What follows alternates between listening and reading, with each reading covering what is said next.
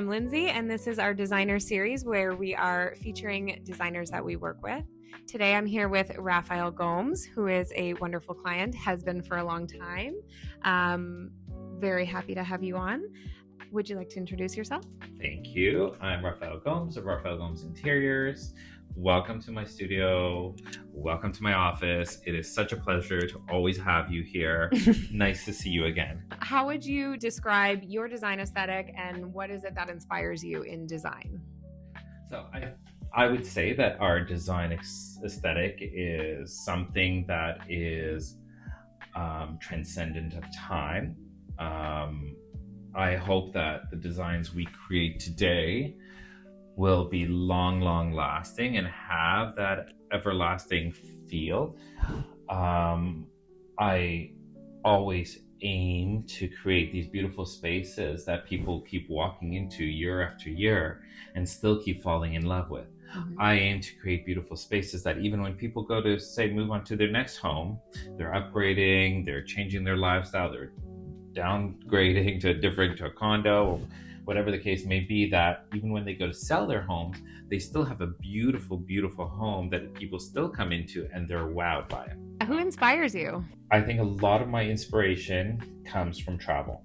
Mm-hmm. Actually, that is one of my most sacred times, is when I get to go away, when I get to discover the world, see how other people in other cultures do what they do, how they put things together, the colors they use, the textures they use. And I think that really helps to influence how I do my work and changes, the aesthetic of what we do. How did you get started in design? How was this the career for you?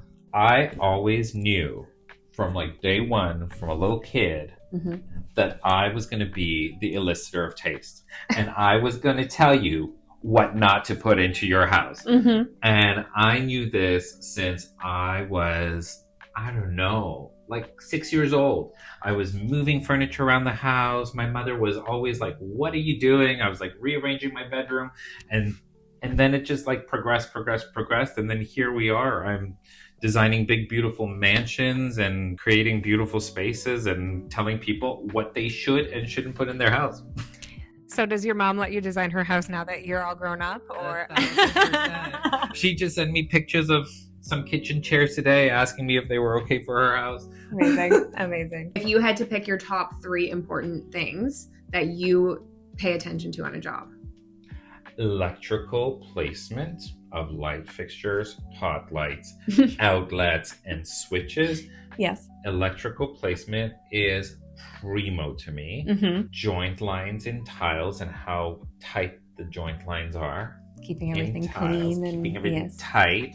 I think light fixtures are super important. I don't think people give enough attention to them. Mm-hmm. And they can make or break your space. I think lighting is one of the most important pieces to a build. What does the beginning of a project typically look like for you? So typically with clients, we get the plans from the architects and we kind of take a look at the plans and make sure the plans fit the lifestyle of the client. And then we kind of create an entire lookbook mm-hmm. and conceptual development of what we want the entire space to look like. Mm-hmm. And this is really important so that we have a direction to go in, so that the clients have a clear direction to go in. Sometimes clients come to us with 1,000 images, mm-hmm. but nothing correlates to another. And they may just a little piece in this image and a piece from that image, but on the whole, none of the images make sense. So what we have to do is kind of distill it down and create a really fantastic lookbook and conceptual package so that we really have a clear direction how to design the space and what it is, the intent of what we're looking for and the outcome and the overall vibe of the mm-hmm. space, And when do tiles come into play in that lookbook and in that planning process? Tiles and slabs are one of the very first things we do because we like to start with a color palette. So, we like to know ahead of time kind of the color direction we're going in. Mm-hmm. Tiles can tell you a lot, whether we're going for something that's a little bit more classic, something that's more transitional, something like this, where it's very contemporary. And so these actually tell a lot about the story of to which direction we're going in. So when we start pulling these conceptual ideas together, we do pull some of these samples out to show our clients. How do you balance client goals versus your creative vision? Budget and collaboration. Barring that, Coco will make the decision. 100% Coco. She's the final say on every project. Final paw, stamp of approval on anything. Amazing. Does she do site visits? 1,000%. Yes.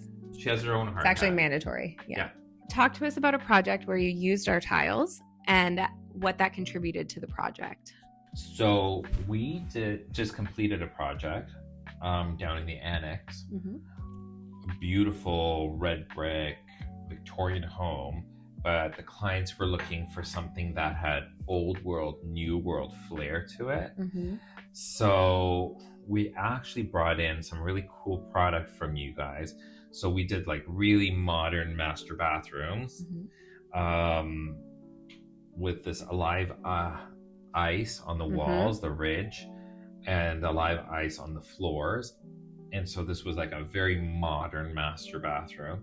And then paired up with, on the ground floor, we wanted a powder room that really spoke to the old world. So we used these really beautiful blue subway tiles with a little blue marble Listello cap edge to them, and then the gorgeous wallpaper above it. And it gave like this very sumptuous kind of old world feel, but new world at the same time. Like the color was very cool and modern and spoke to that. So was the wallpaper. In another room that we used this kind of gorgeous mosaic from Cercan Tile. Is a natural stone, but it's the black and white little take on the black and white checker is at the front door. So that speaks to that kind of old world look when they used to do black and white checkered floor, but it's a more modern revamped version of it. I think it turned out stellar. We paired that up with a glass door with black metal frames on it. It was just amazing, outstanding. Yeah. So it's a mix between like large format and then small and eclectic, but like done very tastefully. Yeah, the small pieces at the front door just spoke to that old world mosaic, but done in a very contemporary way. So it kind of was this really nice mix of two worlds coming together, especially because it was a renovation of an old Victorian home. We wanted to kind of speak to the heritage of the home. Is there something unique about this project that you're excited about, or that was a design moment that you were really proud of? So what I really love about this project is we did some color drenching in these rooms where we took the color and we did crown moldings, walls, baseboards, color drenched the entire wall and the entire side of the room. Like we did the whole living dining room all in one single color. We did the office as well, all in one single color blue, and we did the powder room all in a single color tone as well, and it looked spectacular. Oh my God, it looked so rich. Okay. Thank you so much for chatting with us, everyone. This is the Elicitor of Taste. We are so pleased to work with you and have the opportunity to see your space and meet Coco. And thank you so much. If you're interested in contacting Raph, you can reach out via his website or reach out to us and we will happily connect you. Thanks for coming down. I will tell you what not to put in your house. I like this. No, you don't.